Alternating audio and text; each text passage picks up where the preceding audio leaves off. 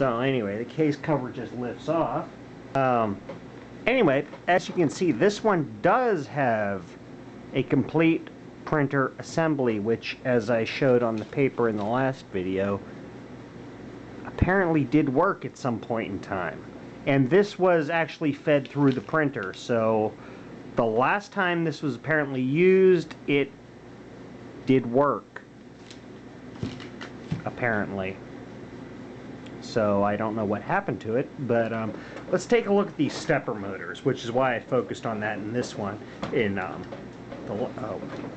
Would help if I unhook the power cable. We're not going to do what we did the last time. Alright, these are some nice Molon Motor Coil Incorporation LMS stepper motors. Look at that logo on there. That is beautiful. That's something that should be behind like a plastic clear Lexan plate or something, so that you could see that thing. But both of these steppers are the same. I'm guessing they're equivalent to the ones in the other one. These are just so much more detailed to design. I don't know the difference in the dates on these, but we do have a date, if you can see it here, 83-07-11. So I'm guessing that is the 7th day of the 11th month of 1983, or the 11th day of the 7th month. I'm not sure. Anyway, this one, keyboard's kind of just flopping around in here. I haven't removed anything yet. But what we're going to do is I'm going to pull the motherboard out of the other computer, and we are going to put it in this one and see if we get any kind of results. We'll be back in a few. Alright, so removing the motherboard on one of these is fairly straightforward. Remove all the cable edge connectors. There's one screw here, one screw here. The keyboard is, well, this one is beside the point because it wasn't even attached. But the keyboard should have two screws that you fold it up and it snaps off with these two clips. There's one here and one over there. And just remove the cables. There's two further screws, and we'll show that on the other one. And one grounding lug right here, which is a little nut. And by the way, I really despise these old, guess you could call them flex connectors. Although these are not even half as bad as the ones that were used on the TRS-80, which was, it was just kind of the one side of it was kind of stripped off and it had the tabs. This is at least the tabs come out of the plastic sandwich and are folded over, so they're a little bit more robust than the other ones, because the TRS-80 ones just sucked completely. But these are very stiff compared to newer oh, there's one lead here in the corner and the connector for the front LED right there. I believe this is the speaker connector, if I'm not mistaken. Sorry. Pop that out. Oh, there's one of the floating screws right there. Get that out of there. I don't know where that was supposed to have been. But this is the motherboard. Missing ROM. The HP85B also has this ROM missing, so I'm not sure what in particular that is supposed to be, whether it's an option or just a, who knows. Anyway, that's it. Fairly, very simple compared to today's motherboards. Although video components are all on the other board, power supply, printer control is all on the center board, so it's kind of split up a little bit. But this is the main brains of the unit, I believe.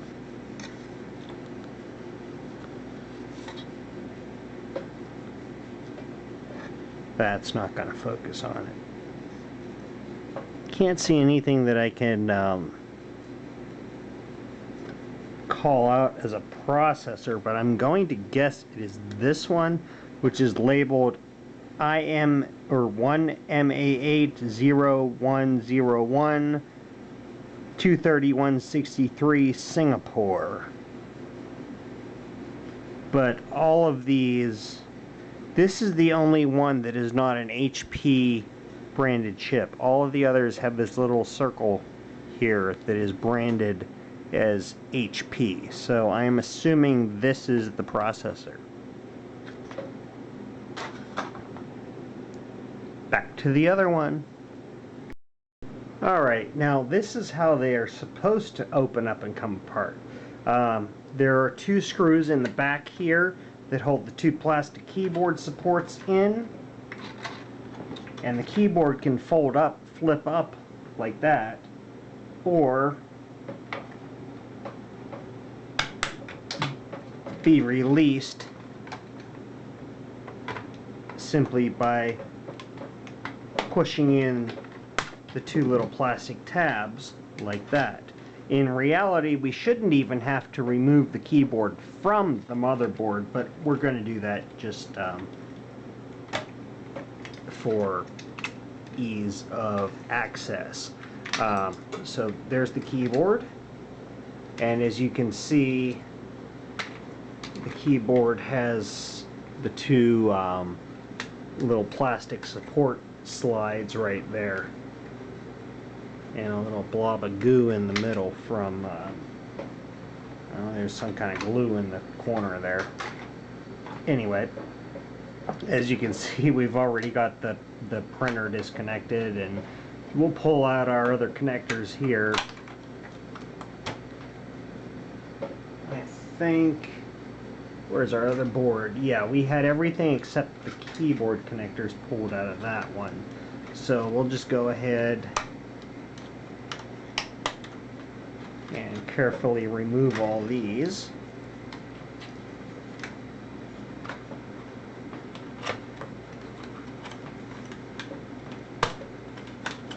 And these two here go to the back plane, so we'll just pull those out of the way. As I said, this chassis is not going to be used, is not going to be rebuilt.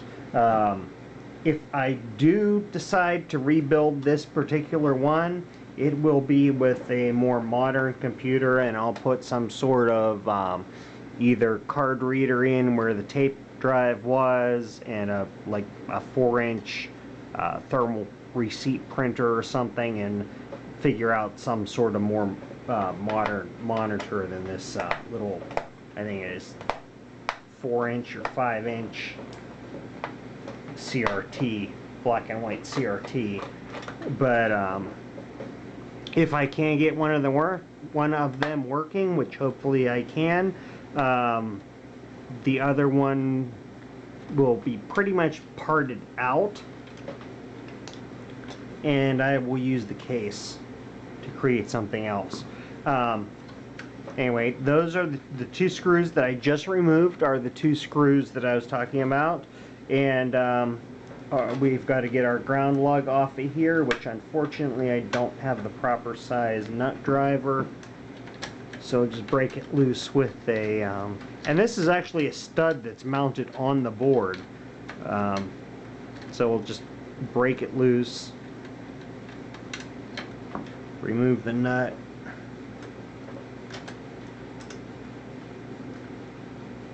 pick off the washer, pick off the washer,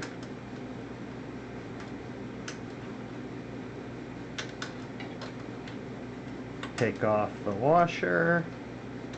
There we go. Whoops. Sorry.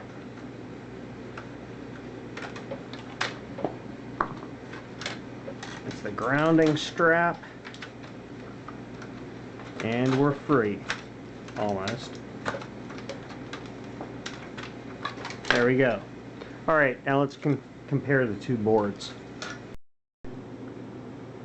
Okay, and truth be told, the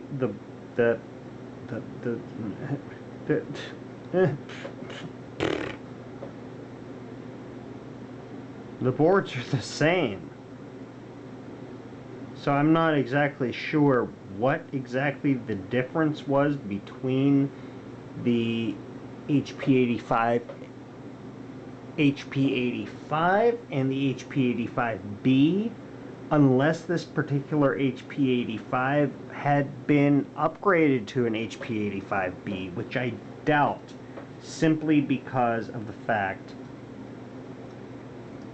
that we have a little in the screen print, in the solder mask.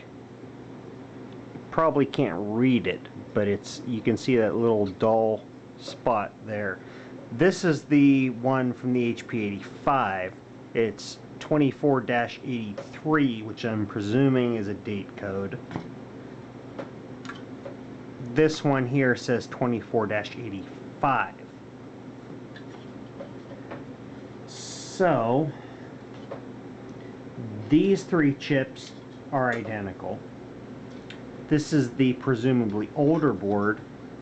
These three have gold pins, these do not. These two chips have gold pins, these do not. Neither of these do. This chip has gold pins as well as this one. These two do not. This chip here, presumably the processor, the1MA80101 is this chip here, which is a 1MA80001. Again, being newer, they're probably cutting costs a little bit. Yeah. So, let's see if we can get this, well, not this, let's see if we can get this fitted in the other unit and see if it'll work. We'll be back after the install. Pretty much the same as taking it out, just in reverse. Watch the video backwards.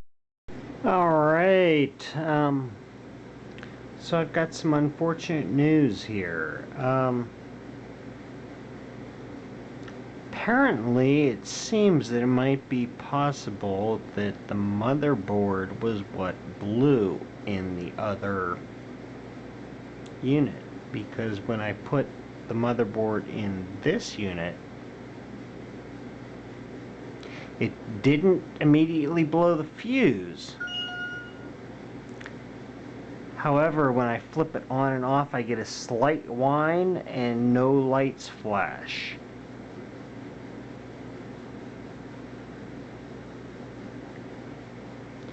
So, it looks like we're back to square one. Perhaps I should try putting the old motherboard, or how is that? No, the motherboard out of the unit that I just got into the original one that I had and see if that works. And if that works, then possibly I can swap the printer parts out to the original unit. Time for some more fiddling.